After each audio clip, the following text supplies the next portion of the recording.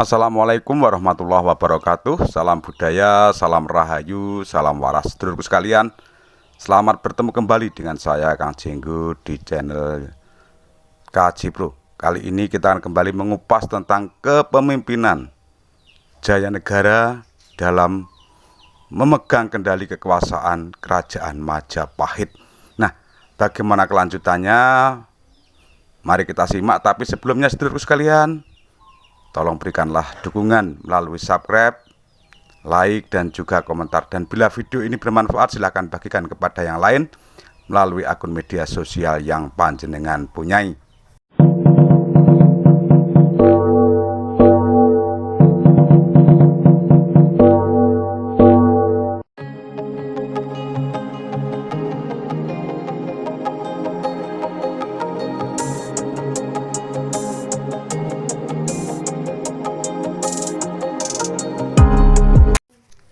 Sedulurku pecinta sejarah Nusantara, semasa pemerintahan Jaya Negara, Majapahit diwarnai serangkaian pemberontakan.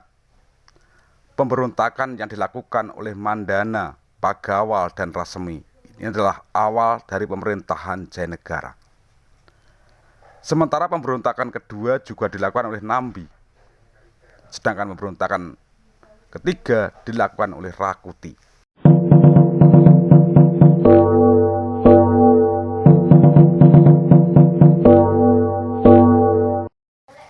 Kidung Surandaka menyebutkan bahwa semasa pemerintahan Jaya Negara, Majapahit diwarnai dengan pemberontakan Mandana, Pagawal, serta Rasemi yang dapat ditumpas pada tahun 1316.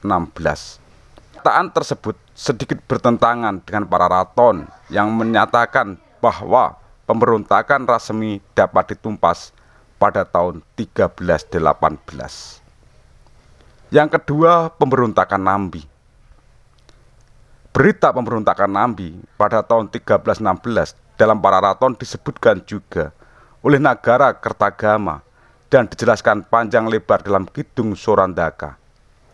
Menurut Nagara Kertagama, pemberontakan Nambi tersebut dipadamkan langsung oleh Jaya Negara sendiri. Selanjutnya adalah pemberontakan Rakuti. Para raton menyebutkan bahwa dari sekian pemberontakan, yang paling berbahaya semasa pemerintahan Jaya Negara di Majapahit adalah pemberontakan Rakuti, dan mendapatkan dukungan dari Rayuyu, Ratanca, dan Winisoka pada tahun 1319.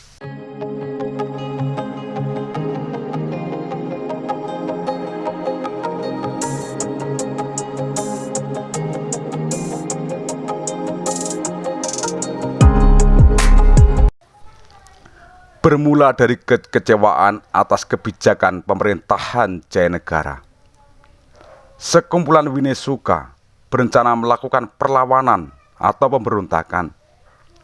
Mereka menghasut serta membujuk prajurit Majapahit untuk menjungkalkan Jaya Negara.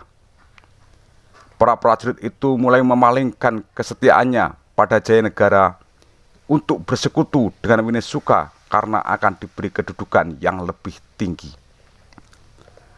Melihat semakin matangnya rencana Winisoka yang telah mendapatkan dukungan dari para prajurit Majapahit untuk memberontak pada kekuasaan Jaya Negara, maka Rakuti beserta Rayuyu dan Ratanca segera mengambil tindakan untuk mengail di air keruh dengan cara melibatkan diri dengan Winisoka. Pertikaian saudara antara para prajurit pro Winisoka dan pro Jaya Negara tidak dapat dihindarkan lagi. Sebagai rakyat Mahamantri Hino, Dyah Sri Rangganata segera mengambil tindakan untuk melerai pertikaian antar kedua kubu prajurit itu. Namun, ketika pertikaian hampir padam, Rakuti segera menyulut api perang saudara. Tidak lama kemudian, perang saudara pun pecah. Banyak prajurit dari kedua belah kubu berjatuhan hingga darah membasahi bumi Majapahit. Manakala pasukan Winisoka yang dipimpin oleh Rakuti itu dapat merangsek ke kota Praja, Bekel Jagamada sontak bertindak cepat, mengungsikan Jayanegara dan putri kerajaan yang menjadi incaran Rakuti itu dari dalam istana. Dengan dibantu pasukan Bayangkari, Bekel Jagamada membawa Jayanegara serta keluarganya melalui lorong bawah tanah menuju suatu tempat yang jauh dari kota Praja. Selepas Bekel Jagamada, Jayanegara beserta keluarga istana Majapahit dan pasukan Bayangkari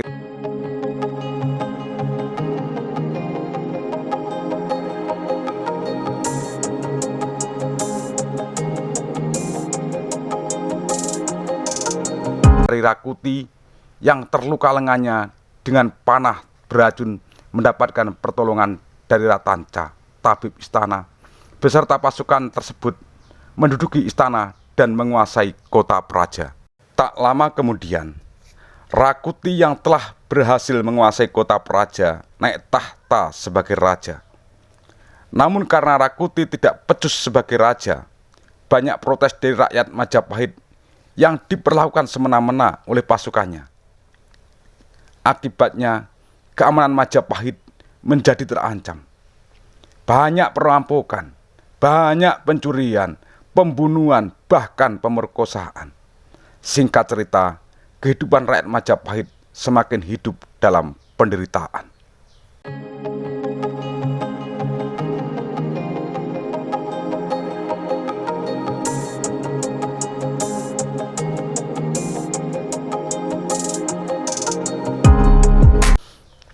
Bekel Jagamada telah berhasil mengungsikan Jayanegara beserta keluarganya yang jauh dari kota Praja Majapahit dalam waktu yang singkat.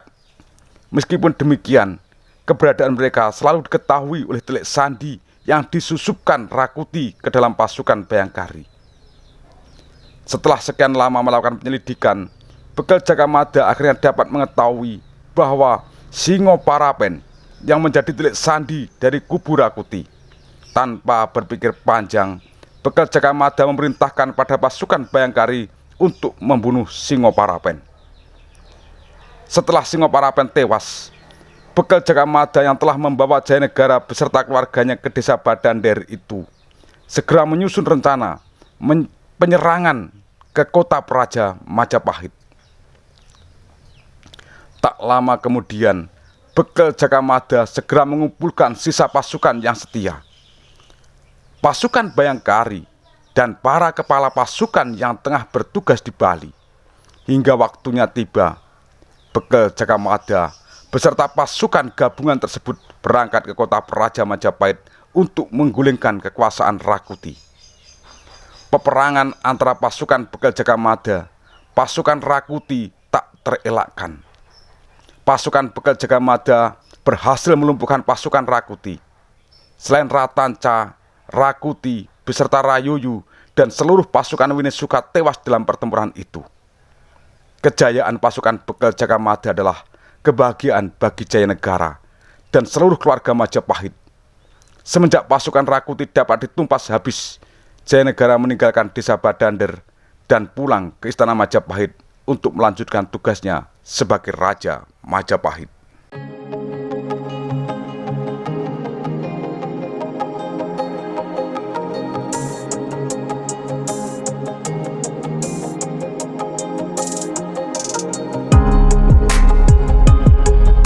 Dulurku yang berbahagia, kiranya cukup demikian apa yang bisa saya sajikan terkait pemerintahan Jayanegara dan pemberontakan Rakuti. Sedulurku, ada kurang dan ada lebih, saya mohon maaf yang sebesar-besarnya. Kritik, saran yang membangun saya harapkan ditulis di kolom komentar. Triring ungkapan ono rino ono upo ono awan ono pangan. Salam budaya, salam rahayu, salam waras. Wassalamualaikum warahmatullahi wabarakatuh.